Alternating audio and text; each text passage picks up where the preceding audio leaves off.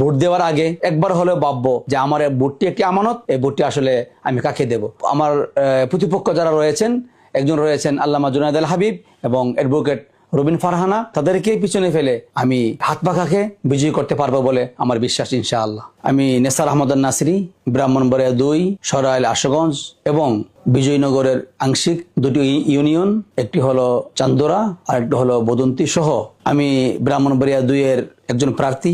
দীর্ঘ প্রায় 24 বছর যাবৎ কোরআন নিয়ে কাজ করছিলাম। এটি আমার কাজ ছিল, বাংলাদেশের ছোট ছোট হাফেজদেরকে কিভাবে বিশ্ব চ্যাম্পিয়ন বানানো যায়। আলহামদুলিল্লাহ, দীর্ঘ প্রায় 24 বছর যাবৎ আমার প্রিয় ছাত্ররা বিভিন্ন রাষ্ট্রে গিয়ে 123টি দেশকে হারিয়ে, বিশেষ করে মক্কা শরীফের মতো জায়গায় বিশ্ব চ্যাম্পিয়ন হয়েছে। কিন্তু দুঃখের সাথে বলতে হচ্ছে, আমাদের ক্রিকেটে ফুটবলে আজও পর্যন্ত কোনো বিশ্ব চ্যাম্পিয়ন হতে পারেনি। আমি সেই কাজই করছিলাম যে কিভাবে বাংলাদেশকে বারবার বিশ্ব চ্যাম্পিয়ন করানো যায়, যেহেতু ক্রিকেটে ফুটবলে বিশ্ব চ্যাম্পিয়ন হচ্ছে না বাংলাদেশ।